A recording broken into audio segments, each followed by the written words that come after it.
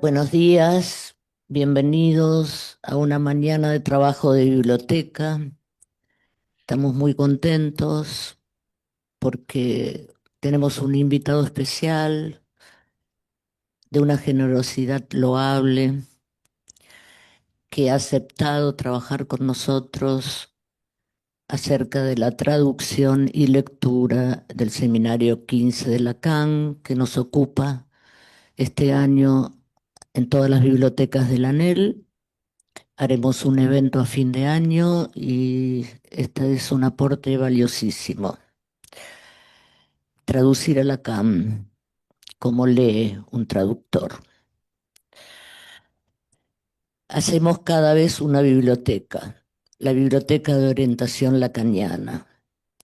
Haremos hoy, con suerte, una orientación, una flecha que recoja el arduo trabajo de un traductor para ofrecernos sus hallazgos, sus impases, sus meditadas acciones. Nuestro invitado es Gerardo Arenas, miembro de la EOL y de la MP, dicta su seminario en la EOL desde el 2007, autor de numerosos libros, imposible citarlos todos aquí. Su último texto publicado en Grama es Discurso Sexuación. Actualmente se encuentra realizando su seminario de este año que se llama El Operador Imaginario. Traductor además de varios seminarios de Lacan y de Miller, entre otros. Si me permiten, antes de comenzar, quisiera tomar unos minutos para expresar nuestro pensamiento y solidaridad con nuestros amigos, con nuestros colegas venezolanos, con el pueblo venezolano en estos tiempos aciagos de horror y de devastación. Nuestro cariño a Venezuela. Gracias. Traducir, decía Borges, es la menos vanidosa y la más abnegada de las profesiones. En otro momento se refiere a una misteriosa lealtad. Pensaba que el misterio de esa lealtad reside en realizar la mejor traición posible que recoja del texto en cuestión su versión inspirada, como si la lealtad tuviera que encontrar algo de la traición. Encontré un fragmento en el seminario de Miller, Los usos del lapso, que me parece oportuno citar aquí. Leo a Miller. Es la traducción que daba Lacan de la falta en ser en inglés. El traductor había propuesto Lake of Being, que es exacto pero estático. Lacan había rechazado Lake of Being y exigió la traducción The Want to Be, que designa el inconsciente no es, pero quiere decir algo. Sin más, arranquemos. Querido Gerardo, me parece importante comenzar aquí para que empecemos la interlocución. Contamos aquí con Marita Jama, directora de la NEL Lima, miembro de la NEL y de la MP, AME de la MP, que juntas vamos a intentar conversar contigo y tratar de extraer una enseñanza para la lectura que estamos haciendo del seminario 15. Pero lo primero que quiero introducir como pregunta es, ¿qué lector resulta de la traducción de Lacan? ¿Qué lector has sido tú construyendo como traductor de Lacan? Gracias de nuevo por estar y te paso la palabra. Bueno, muchas gracias. Buenos días a todos, a todas. Te agradezco, te agradezco, Laura, y en tu nombre a la Biblioteca de la ANEL limeña, por esta invitación a conversar con ustedes sobre lo que me propusieron discutir bajo el título de Momentos candentes de la traducción del Seminario 15. Es un texto de Lacan en torno al cual gira, según me dijeron, gran parte del trabajo actual de las bibliotecas de la ANEL, ¿no? También agradezco a Marita Amán, que me acompaña en esta conversación. Han pasado casi 4 años desde la última vez que fui invitado a trabajar aquí y es para mí un gusto volver a hacerlo en esta segunda oportunidad.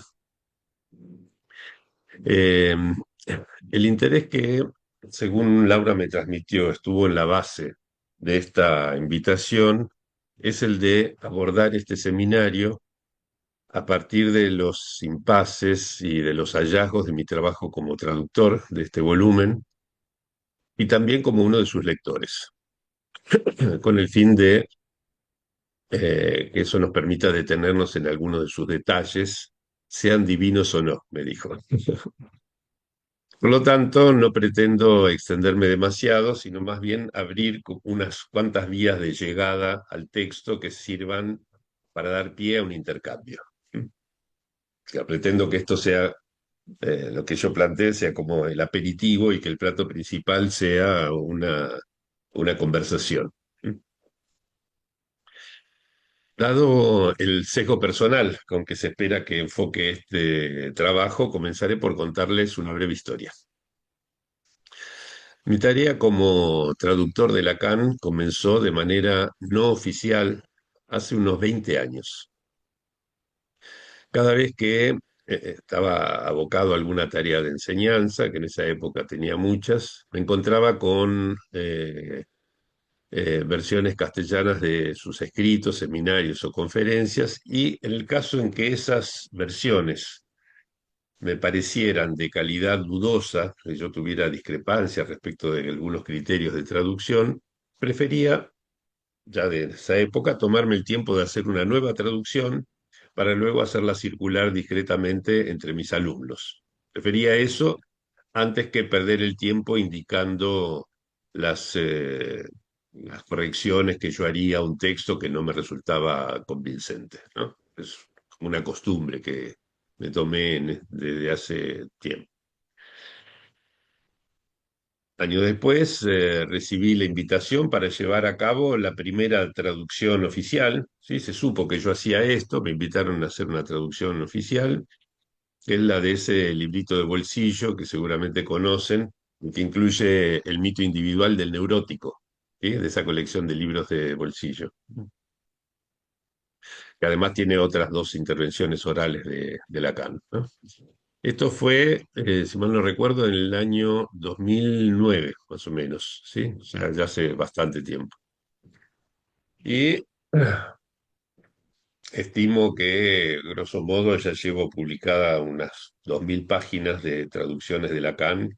No quiero ni pensar cuántas de Miller y de otros autores, pero con seguridad serán 3 millones, 3 millares más. El trabajo de traductor es, aunque suele acarrear poco reconocimiento, ¿sí? Un poco en la línea de lo que decía Borges y que traía Laura al principio, reconocimiento tanto simbólico como económico, ¿sí? Me gusta porque, entre otras cosas, me permite pensar con una, yo diría, incomparable profundidad el texto en cuestión, ¿sí? En definitiva, tengo que entender todas y cada una de las palabras dichas por el autor, en qué sentido debió de haberlas pensado, proferido, articulado, etcétera. Entonces, creo que nunca leo un texto con más profundidad que cuando lo estoy traduciendo, ¿no? Eh, y recuerdo que mientras traducía La lógica del fantasma, el anterior a este, el Seminario 14, me impactó leer allí que Lacan decía, textualmente lo cito, que intentar traducir a Freud es un requisito previo a cualquier pretensión de conocerlo, ¿no? Muy interesante eso que dice, ¿no? Como conocer, sí, para conocerlo hay que traducirlo. Y la verdad que no me parece nada descabellado generalizar esta afirmación de Lacan, para aplicarla a cualquier autor que nos interese estudiar, ¿no? Traducir a Lacan ha sido y es, en verdad, de un enorme provecho para mí, porque me convierte en un lector privilegiado, ¿sí? Que se ve llevado a comprender, como le decía, todas y cada una de las palabras, figuras inclusive, fórmulas que él utiliza, además de ese sentido exacto en que las emplea, ¿no? Bueno, no sé si siempre lo logro, pero por lo menos me veo empujado en esa dirección. La historia que les quería comentar es que lo curioso de este asunto es que nada me hacía prever que algún día iba a dedicar tanto tiempo a esto, porque realmente son muchos años, mucho tiempo en esos años, ya que si bien comencé a leer francés siendo muy joven, mi estudio de esa lengua no tuvo nada de sistemático, todo lo contrario, fue este, totalmente desordenado, ¿sí? Pero digamos, a mi favor jugaba el hecho de que leo a Lacan desde mi adolescencia, ¿sí? Y además me formé en ciencias exactas, que para leer a Lacan es una ventaja real, ¿sí? Entender con facilidad las matemáticas, la topología, en fin, cosas que utiliza él, la lógica, ¿sí?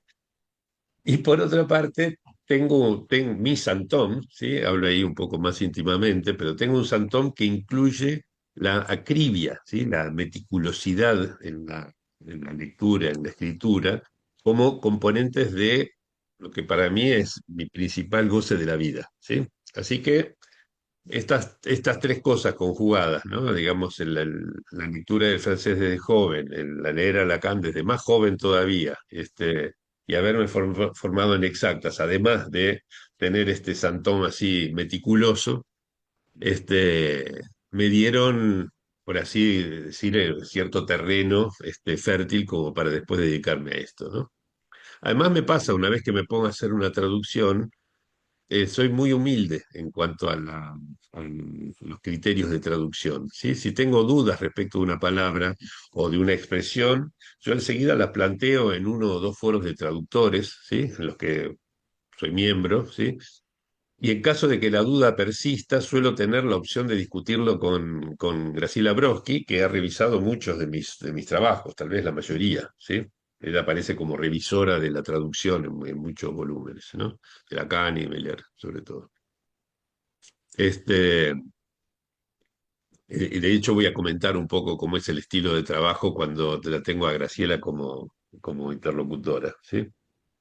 Porque este comentario es como que me da luz verde para dejar ya atrás las cuestiones de mi historia personal y entrar directamente en el seminario 15, porque algunas discusiones con Graciela llegan a convertirse en verdaderos momentos candentes, incluso tensos, de mi tarea como traductor, ¿sí? No es un trabajo tranquilo siempre el de traducir.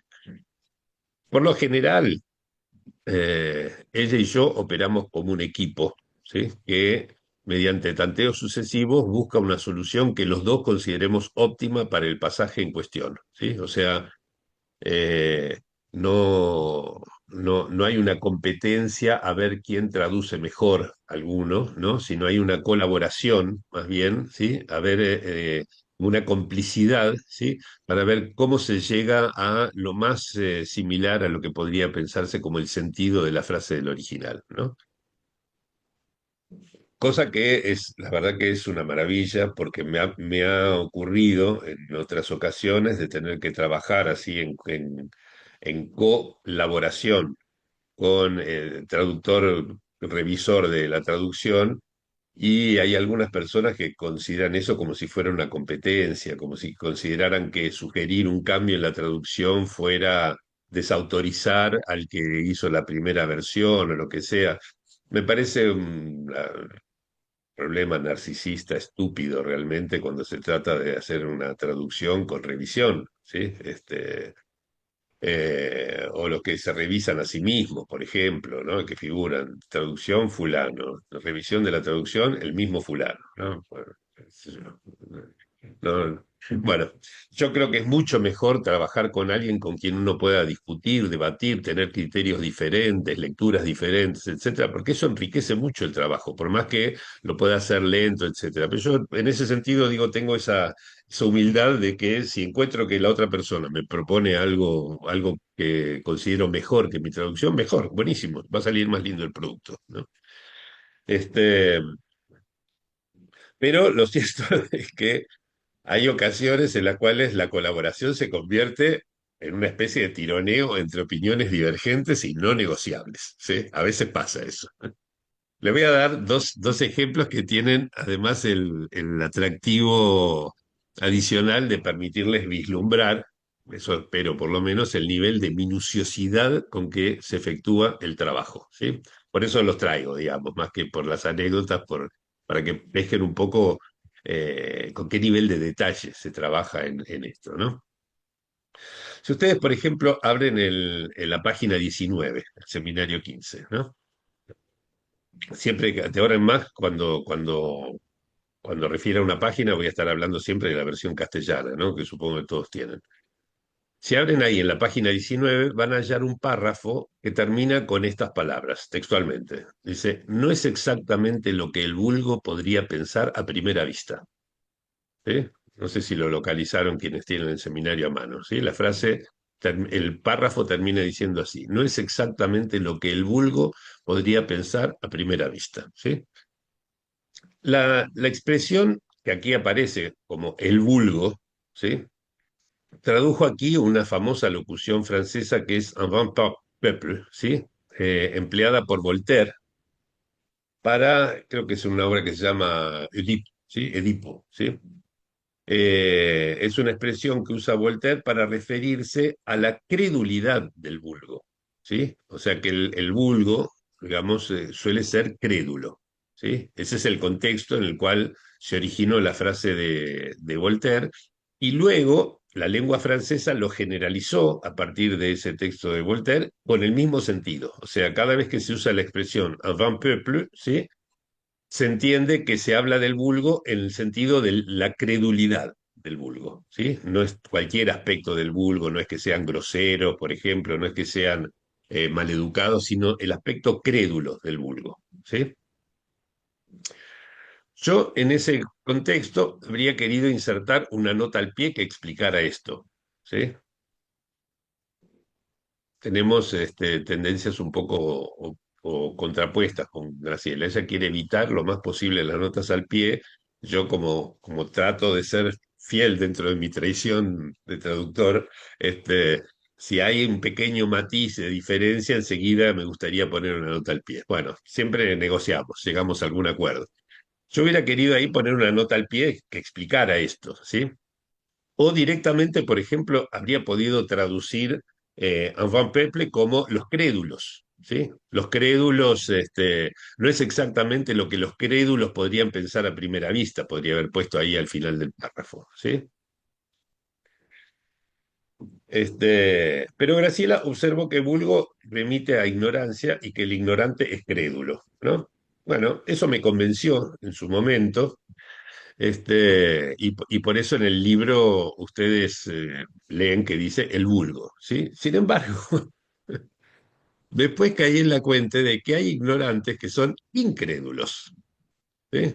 O sea que no todo ignorante, digamos, es crédulo. Y por eso me arrepentí, a posteriori, ya publicado el libro, de no haber puesto la nota al pie que decía eso, ¿no? Bueno, el segundo ejemplo, le dije que iba a dar dos, ¿sí? El segundo ejemplo es el testimonio de una derrota en esas pujas con Graciela Brocchi. Fui derrotado.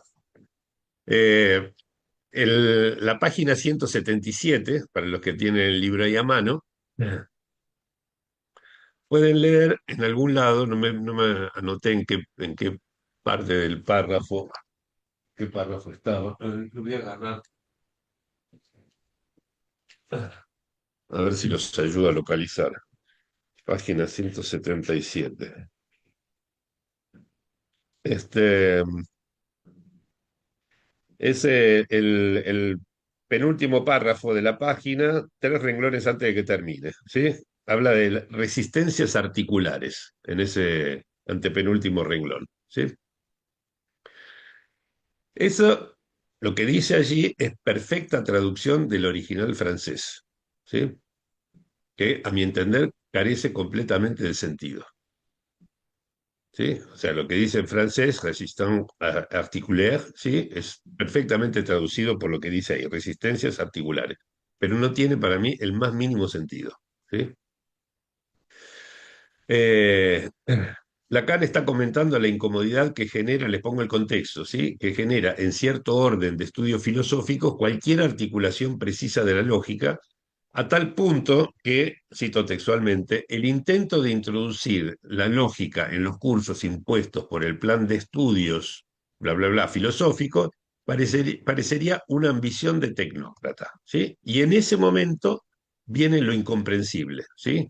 La última consigna de todas las resistencias articulares consiste también en achacar lo mismo a quienes se valen del estructuralismo, cosa que lo incluye a Lacan. Bueno, en ese sería el contexto donde habla de esto, ¿no? Y es cierto que unas líneas antes de hablar de esas supuestas resistencias articulares, no sé si pescan, ¿no? ¿Qué querrá decir resistencias articulares? Pero unos renglones antes se menciona la articulación precisa de la lógica, ¿sí? O sea que tal vez articular podía remitir a articulación, ¿sí? Pero ¿qué rayos sería una resistencia articular? Todavía el día de hoy me río de eso.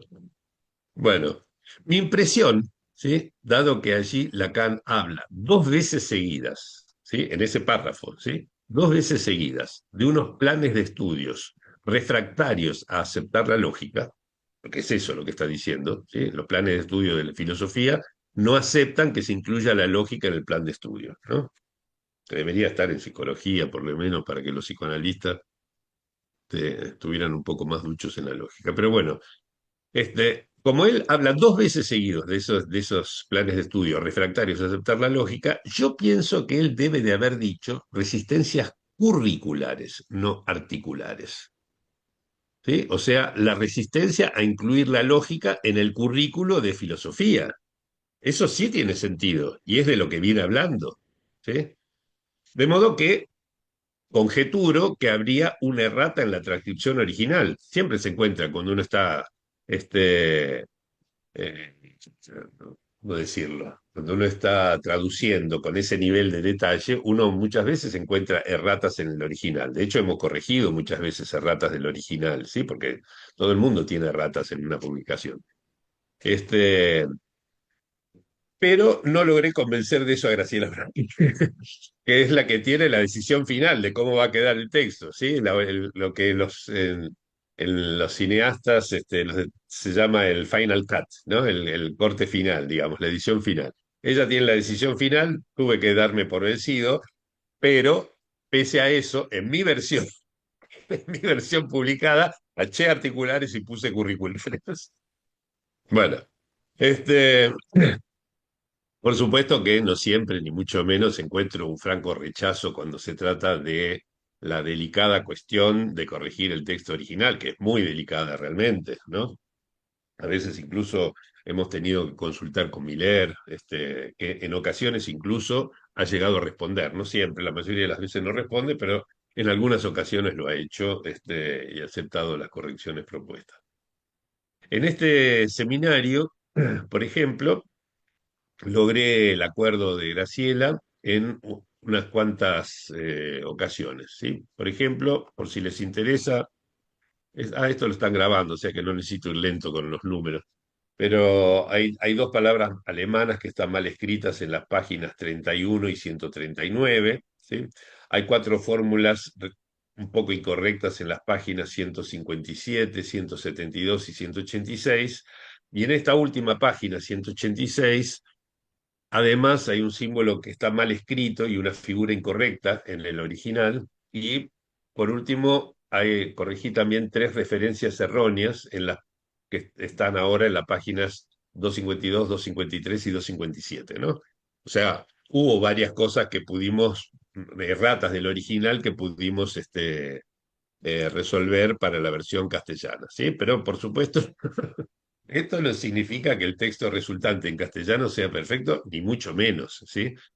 Por desgracia, a pesar de la cantidad de veces que otras personas, además de mí, lo leen antes de enviarlo a imprenta, siempre se encuentran erratas después que el libro ha salido publicado, ¿sí? Y mis traducciones, por supuesto, no son la excepción, ¿sí? Hay algo que tiene que ver, no sé si ustedes vieron esos ejercicios donde les hacen leer un texto y que en lugar de la E aparece un número 3 y en lugar de la I aparece un número uno y que uno igualmente lo lee como si estuviera bien escrito, ¿sí? Bueno, ese es un fenómeno muy común. Cuando uno ya leyó tantas veces una secuencia, piensa que está bien escrito, aunque esté mal escrito, ¿sí? Entonces, por más que lo revise y lo vuelva a revisar, ¿sí? Es mucho mejor que lo lea otra persona que no está acostumbrado a eso, ¿sí? Por eso es que lo leen varias personas distintas para detectar erratas. Bueno, a pesar de eso, siguen, tengo la suerte de que mucha gente sabe que yo tomo a bien los comentarios críticos, entonces me escriben después lectores que dicen, me parece que hay una errata en este lugar, no sé qué, entonces yo voy coleccionando erratas y se las mando a la editorial para que cuando hacen reimpresiones salga un poquito mejor que la primera edición, etcétera, ¿sí? Este, la mayoría de las erratas que han quedado en el libro son mínimas, que falta una coma, que sobra un guión, que hay una letrita que está mal, que algo debía ir en itálico y que se está en redonda, que una flecha se corrió un poquito. O sea, son en general así chiquititas, ¿sí? Si ustedes buscan, van a encontrarlas en una docena y media de esas pequeñeces así. Les puedo decir las páginas porque les quedan grabadas para que hagan, se entretengan el fin de semana buscándolas. Páginas 36, 50, 78, 99, 103, 105, 117, 146, 153, 165, 169, 182, 183, 196, 241 y 242. ¿Sí? Todas esas son de ese estilo, son cosas pequeñitas, ¿sí? Hay dos que habrían debido saltar a la vista realmente y no lo hicieron, ¿sí? En las, para mí fue impresionante descubrirlas, ¿sí? En las páginas 235 y 245 dice supuesto sujeto saber en lugar de sujeto supuesto saber, o sea, intercambiar las dos palabras. ¿Sí? ¿Cómo pude cometer dos veces el mismo lapsus de escritura? No sé realmente. Y que quedara así y que pasara por alto de todas las revisiones mías, de Graciela, todo el mundo. Los que leen, los que arman el texto editorial. Y hay otra que me señaló una colega y que es la única realmente lamentable. O sea, todas estas se saltan a la vista, son tonterías, digamos, no alteran la cosa. Pero hay una que es, para mi gusto, es lamentable porque en la página 76, esta es importante que la corrijan, ¿sí? En la página 76 aparece un no intruso, que no sé de dónde salió, ¿sí? Donde dice, página 76, esperen que les digo dónde.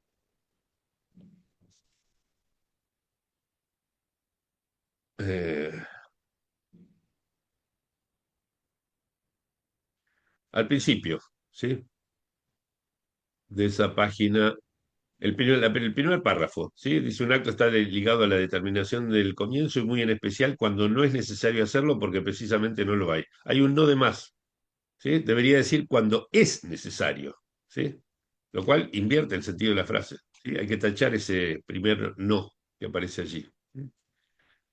Y digo, realmente de las erratas, no sé cómo apareció ese no allí, pero allí está, lamentablemente. Así que eso, la verdad que lo siento mucho. No sé cómo se nos pasó a todos un no. Pero bueno, yo me hago responsable porque soy el que hace la primera versión. Bueno, en definitiva, como ven, el trabajo del traductor no termina con la con la publicación del libro traducido, ¿sí? Ni terminan además con los momentos candentes de la traducción. Cuando alguien me escribe y me dice, che, acá donde está esta letra no debería ir esta otra, yo tiemblo siempre. Este, Sigo teniendo un poco de adrenalina, ¿sí? Pero bueno, yo colecciono esas cosas, ya traduje, no sé, voy por el noveno seminario de Lacan y no sé cuántos cursos de Miller, cinco creo, seis. Cuando me llegan esas cosas, yo enseguida las envío a la editorial, junto a algunas, digamos, no las voy mandando de a una, para que tengan mejores versiones cuando se hagan reimpresiones, ¿no? En definitiva, digamos, podría escribir mi propio caso clínico, titulándolo El hombre de las erratas, por ejemplo, ¿no? Que es para darle un nombre freudiano. Este, bueno, eh,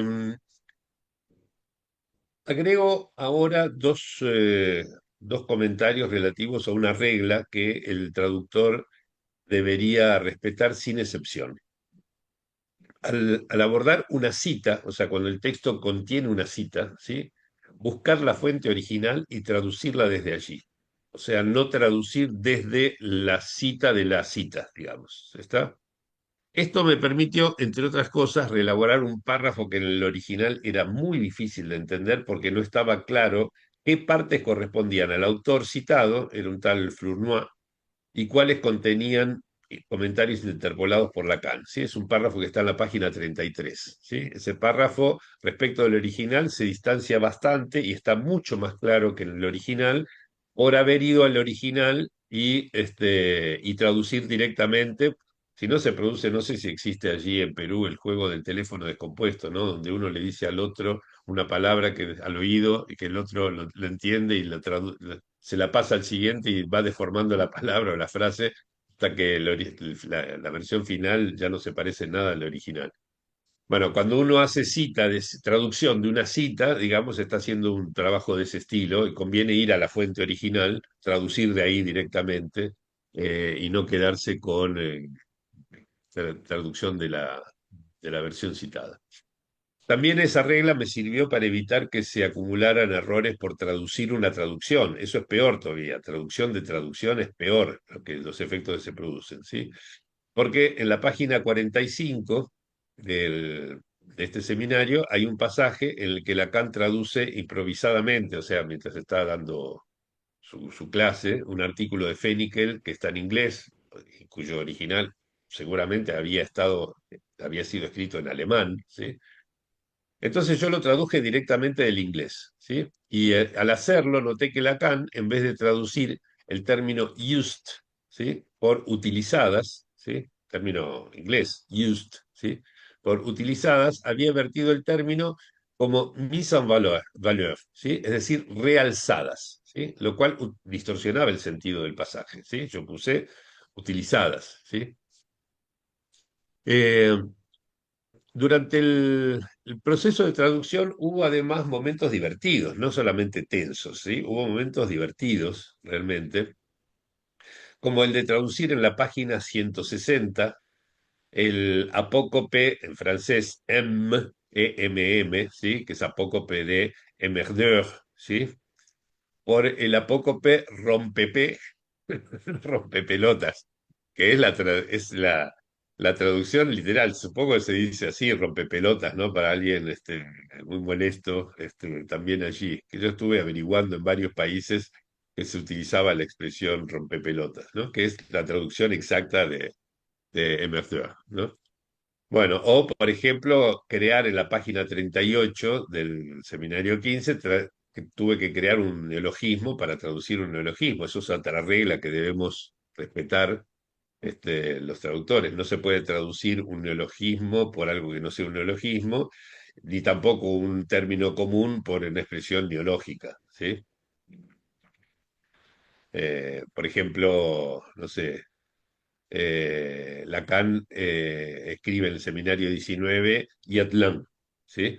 Durante años, ¿sí? Ese Yatlán fue traducido en las versiones que circulaban no oficiales del seminario 19 como hay de lo uno, ¿sí? Que es absurdo, es una expresión que no tiene el más mínimo sentido ni siquiera gramatical en el francés, mientras que el original sí lo tiene, perfecto, ¿sí?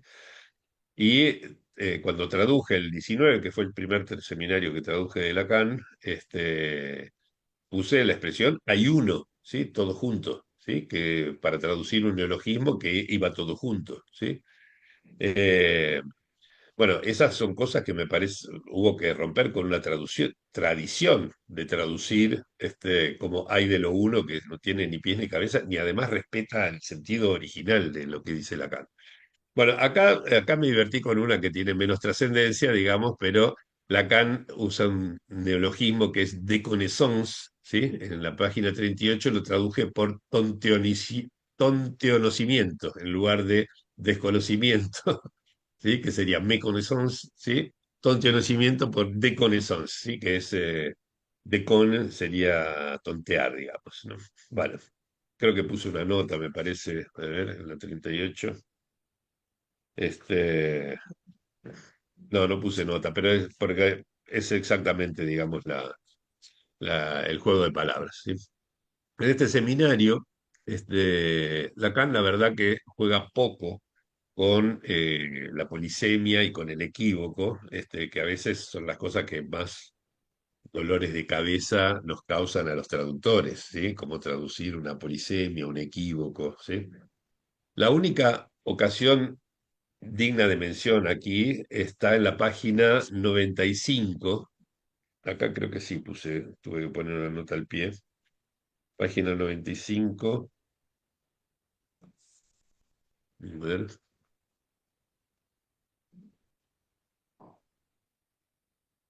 no, no sé si puse la nota al final. O capaz que no es la página 95. Bueno, no sé. Ahora que miro acá la página, debe haber sido en otro lugar que lo puse. Bueno, ustedes lo buscarán.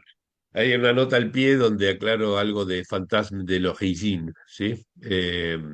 Porque el original, que dice eso, hace que el de francés pueda significar tanto de como desde, ¿sí? O sea que la expresión es legible como fantasma del origen y también como fantasma desde el origen, ¿sí? Yo no aclaré una nota, pero se ve que me fijé mal el número de página cuando estaba preparando este texto. Bueno, después lo voy a revisar. Ustedes lo van a encontrar porque tantas notas al pie no hay, al fin y al cabo. Este, pero las páginas, ahora les cuento las más difíciles, ¿sí? No sé si alguien encontró la página, me lo dice, la página donde está ese fantasma del origen, el fantasma desde el origen. Yo ahora no me acuerdo. Este, pero les cuento las páginas más difíciles de traducir para que las revisen con el original si quieren. Son las que van de la 169 a la 171, ¿sí? Esas realmente me llevaron mucho tiempo, ¿sí? Porque en esas páginas Lacan explora varios matices de la negación en francés, que ya saben que tiene sus problemas, que no tiene un equivalente exacto en castellano, pero además lo hace en un contexto que ya es complejo de por sí, porque se trata de una revisión crítica de la interpretación estándar de la silogística aristotélica, o sea que realmente es muy complicado, digamos, ese punto de la traducción, ¿no? Me llevó realmente unas cuantas horas superar una por una esas dificultades, pero recuerdo que pasé casi todo un fin de semana para entender la diferencia entre, si lo tienen a mano, en la última frase que aparece en bastardillas en la página 170, ¿sí? Que dice, hay hombre tal que no sea sabio, ¿sí? Y la primera frase que aparece en la página siguiente, que es ningún hombre tal que no sea no sabio, ¿sí? Ven que ahí viene una nota al pie, número 3, ¿sí? Este, entender de dónde había salido ese segundo no, ¿sí? Que introduce allí Lacan, ¿sí? Era tan sutil la diferencia entre una y otra en francés, ¿sí? El texto en francés, pero tan distinto el sentido lógico atribuido por Lacan a cada una de esas dos frases que creí encontrarme realmente ante un problema insoluble. O sea, prefería dedicarme a la física nuclear de vuelta, que era mi especialidad de joven, antes que tener que traducir esas dos frases. No podía entender de qué se trataba. Eh, hasta que logré pescar, ya avanzada la tarde del domingo, logré pescar que a una misma secuencia de cuatro palabras, que son estas que están puestas entre corchetes allí, en la primera de estas frases, eh, cuando dice ne soit passage, ¿sí? Está entre corchetes en la página 170 abajo, ¿sí? Lo que hace Lacan es agruparlas de dos maneras distintas, ¿sí? O sea, el primero, en la primera frase, le asigna un sentido surgido de agrupar las tres primeras, ¿sí? Si agrupo las tres primeras, me queda ne soit pas, que es la forma usual de la negación, ¿sí? En francés, digamos, necesito ese ne y ese pas después del verbo, ¿sí? Ne soit pas, ¿sí? Sería ahí una negación usual del último término que es sage, sabio, ¿sí? Ahí sería una negación común, por eso hay hombre tal que no sea sabio. Esa es la traducción de la frase que está al pie de la página 170, al final de la página 170. Pero en la siguiente, ¿sí? Él reúne dos términos y dos términos, o sea, junta passage, ¿sí? Esos dos términos, passage, que es una forma abreviada de la negación en francés, ¿sí? Que sería no sabio, ¿sí? Y entonces le agrega el ne soit del principio y le queda una doble negación, ne soit passage, ¿sí? Entonces es que no sea no sabio, ¿sí? Y de ahí surgía ese no, ese no fantasma que no sabía de dónde había aparecido en el texto de Lacan, ¿no? O sea, se pueden leer como dos negaciones abreviadas, ¿sí? Esta segunda manera de leer la secuencia es lo que le otorga el sentido de una doble negación que la primera manera de leer la secuencia no tiene, ¿sí? Y esta diferencia de lecturas es imposible de traducir al castellano. No tenemos los cuatro términos que pudiéramos agrupar de una manera y de la otra. Estuve pensándolo, me rompí la cabeza, no las encontré, y por eso tuve que recurrir a esa breve explicación en la nota al pie de la página 171, ¿no? Bueno, con esto no quiero aburrir demasiado, voy a dar por finalizado el recuento de los detalles de la traducción que me parecieron más dignos de nota, para que vean un poco cómo es el trabajo, digamos, ¿no? Pero, como les dije al principio, me invitaron a hablar sobre el seminario 15, tomando en cuenta impases y hallazgos enmarcados en mi tarea, no solo de traductor, sino también como lector, ¿sí? Y en relación con esto, me gustaría señalar varios momentos en los cuales la lectura de aquello que debía traducir me impulsó a tomar distancia del texto para calibrar por un tiempo el impacto que causaba en mí. O sea, esos momentos en que agarraba el texto, no en francés, digamos, agarraba así, lo alejaba de mí, ¿sí? Y me quedaba pensando. O sea, ya no era el problema de cómo traducirlo, ¿no? Sino de lo que estaba leyendo, ¿sí? Porque, claro, pasa eso, digamos, uno se compenetra tanto, ¿no? Parece, ¿cómo se llamaba el texto de Borges? Pierre Menard, autor del Quijote, ¿no? Uno se mete tanto en la piel del autor original, que por momentos queda completamente imbuido de qué clase de cosa está diciendo, ¿sí? Con lo cual uno podemos sintonizar o a veces encontrar enormes disonancias, ¿no? Pero más que un encuentro, es un encontronazo, digamos, a veces con el texto original del autor, ¿no? Este, ese impacto, digamos, cuando estaba traduciendo el Seminario 15, se debe, esto ya tiene algo, por supuesto, personal, porque es como lector, digamos, pero digamos, el impacto ese se debió, sobre todo en el Seminario 15, a que mi manera de leer tiene siempre un sesgo crítico, ¿sí? O sea, siempre que leo, critico, ¿sí? Es mi manera de leer, ¿sí? Que un rasgo de carácter, si quiere, ¿no? Que muy temprano en mi vida, ¿sí? Desde muy chiquito, digamos. Pero además fue potenciado eso realmente por casi 2 décadas de formación científica, ¿sí? La formación científica es un ejercicio constante de la lectura crítica, no se lee nada sin criticarlo, digamos, ¿no? En consecuencia, yo siempre que leo, someto lo que leo a un minucioso escrutinio, ¿sí? Tanto de sus aspectos formales como en lo tocante al contenido de lo que estoy leyendo. Y de ahí resulta, en relación con ciertos temas, una mayor o menor distancia entre mis concepciones y las sostenidas por otros autores. ¿Sí?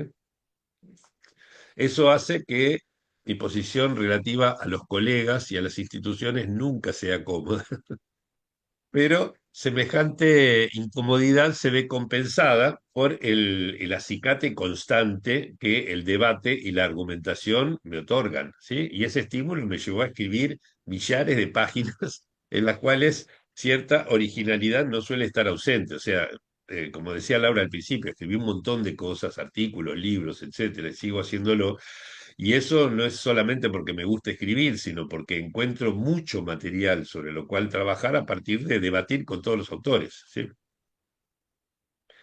Este, le, cu- le cuento le cuento una anécdota muy personal.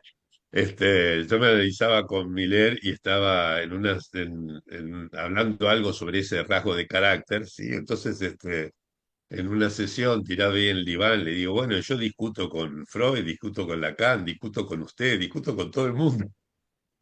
Entonces, me dice Miller, pero usted no reconoce ningún sujeto supuesto saber fuera de usted.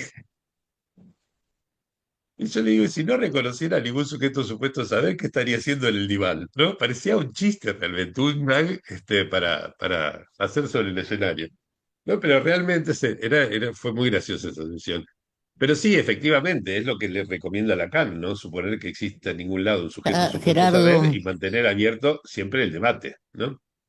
Bueno, Gerardo, sí, ¿quién habla? No, no sé si no veo a nadie aquí. Laura te está hablando. Ah, ¿qué tal? No, es que me daba risa porque contaste este momento memorable de tu análisis y es precisamente en el sujeto supuesto saber, donde hay dos veces en dos páginas ese pequeño, digamos, deslizamiento, Entonces, ¿no? sí, Y me sí, parecía simpático hacerlo notar. tal cual, sí, Hay sí. Y algo ahí, además lo que ¿no? antepongo es el supuesto, Es el supuesto sujeto. supuesto. Sí, sí, sí, está muy bueno, te agradezco mucho el comentario. Sí, sí. Bueno, digamos, realmente me pasa eso, ¿sí? Leo críticamente a todos, incluso los grandes nombres del psicoanálisis, y eso es lo que me da esa posición un poco incómoda, pero me estimula constantemente, ¿no? Y tomo esto como un preludio de todo lo que voy a decir ahora en lo sucesivo como lector, o sea, como lector crítico, como lector que puede reírse de sí mismo porque no reconoce ningún sujeto supuesto saber fuera del analista en funciones, digamos. Entonces, mi primer momento candente como lector del seminario 15 está vinculado con un breve pasaje de la página 70, lo voy a mirar ahora para refrescarlo, de la página 70, en el que Lacan dice que el goce tiene cierta relación con lo real, ¿sí? Es el segundo párrafo de ese que empieza diciendo el psicoanalista no toma a su cargo la verdad, ¿no? Allí, Lacan dice que el goce tiene alguna relación con lo real y que el principio de placer está hecho para separarlos, ¿no? Para separar el goce respecto de lo real, ¿no?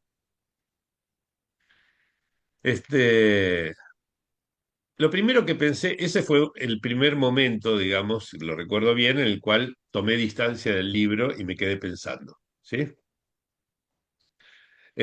Lo primero que pensé al leer esto fue el largo tiempo durante el cual gran parte de nuestra comunidad lacaniana, ¿sí? Me refiero a todas las escuelas de la MP, ¿no?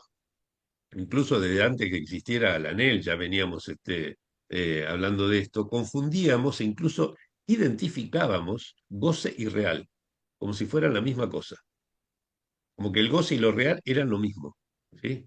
Pero décadas, realmente, ¿no? Y acá Lacan claramente dice son distintos, ¿sí? Este,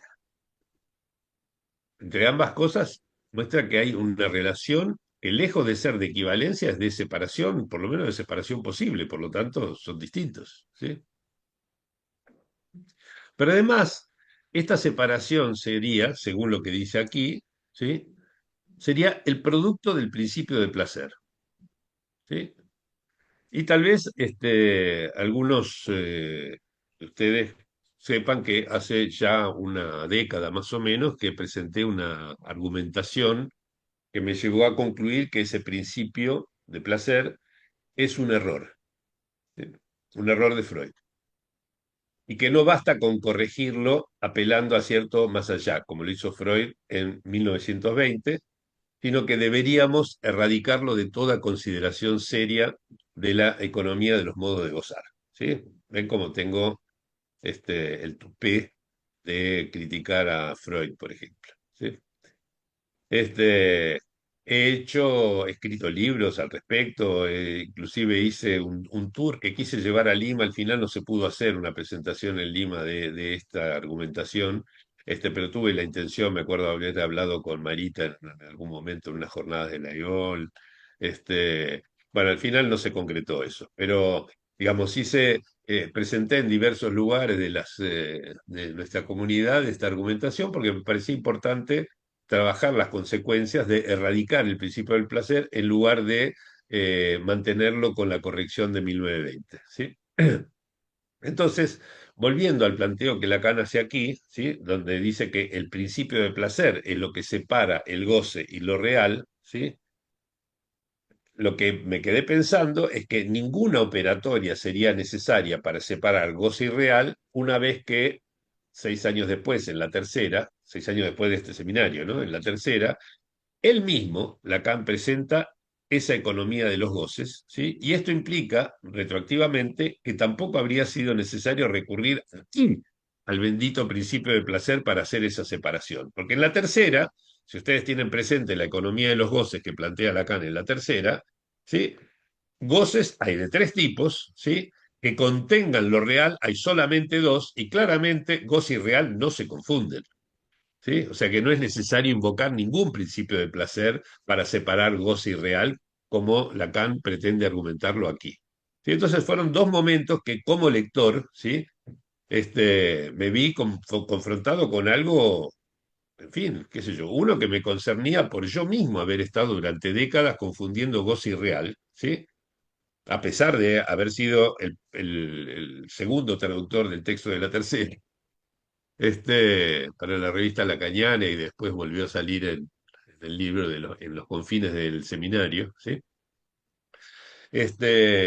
Yo confundí durante mucho tiempo goce y real, y después por esta cuestión, ¿no? Si uno piensa en la tercera, no es necesario que haya un principio de placer para separar goce y real, porque la economía de goces de la tercera ya los muestra separados, ¿sí? Sin necesidad de apelar a ningún principio de placer. Bueno, ese fue el primer momento candente de mi lectura, ¿sí? Del seminario 15, ¿sí? Otro se relaciona con un párrafo que arranca al final de la página 146 y que sigue en la página siguiente. ¿Sí?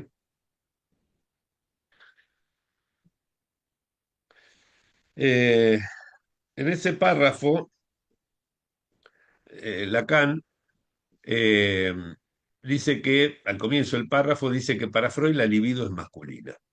¿Sí? Es algo que circula mucho, ¿no? Esta cuestión de que para Freud la libido es masculina, ¿no? Sin embargo, yo había estado trabajando, poco antes de traducir este seminario, había estado trabajando en los textos, la obra de Freud en general, lo que dice sobre la sexuación, este, y en particular, si ustedes van a la página 200 de los tres ensayos, ¿sí? No del seminario 15, ¿no? Sino de los tres ensayos de Freud en la versión Amor Ortu, ¿sí? Van a ver que Freud primero afirmó y subrayó que cabría decir que la libido es masculina solo si supiéramos definir qué es masculino y qué es femenino.